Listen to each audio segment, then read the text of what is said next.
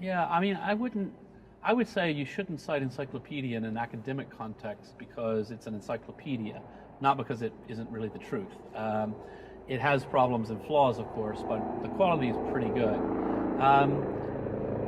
I do think that the internet has changed our perceptions in general of the way knowledge is shared and created. I mean, we've moved away from a model of, this is really wrecking all the TV people, but we've moved away from a model where we think of knowledge as, and this is, of course, I mean, this has really impacted the university, right? Of the ivory tower with the great intellectuals who hand their wisdom down to the world. That was never really true, but it was sort of a fond idea we had.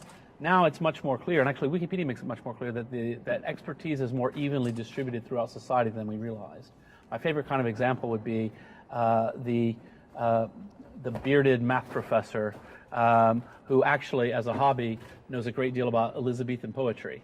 And so if you look at the person's, you know, their CV, you would say, well, what does this person know about Elizabethan poetry? And you just say, well, look, this is we actually have well-rounded intellectuals, despite the fact that, you know, modern academia is forced to really specialize in very detailed ways. We have well-rounded intellectuals who can help out on lots of topics, and that's really interesting. And we have, sometimes we have, at the Wikipedia world, we see sometimes teenagers, 18-year-olds, who write amazing things about various topics that they just become interested in, and they have skills as a writer, and they learn some research skills, and they write amazing encyclopedia entries. So it does democratize in that sense, that talent is everywhere, really.